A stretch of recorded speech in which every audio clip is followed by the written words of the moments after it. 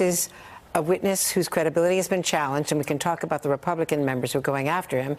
He has acknowledged, admitted, pleaded guilty to lying to Congress. He's going to jail for 3 years on May 6th, at least by May 6th, unless there is a delay.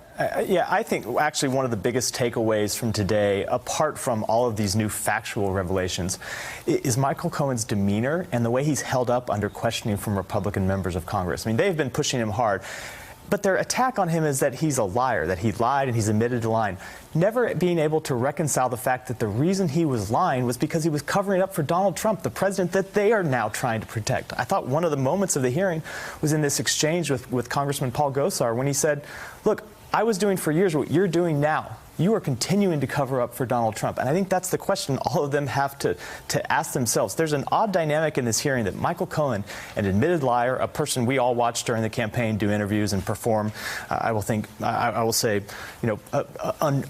perform poorly. You know, he kind of behaved thuggishly during the campaign.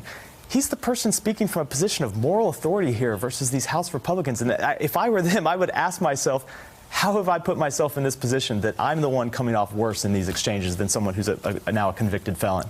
Hey there, I'm Chris Hayes from MSNBC. Thanks for watching MSNBC on YouTube. If you want to keep up to date with the videos we're putting out, you can click subscribe just below me or click over on this list to see lots of other great videos.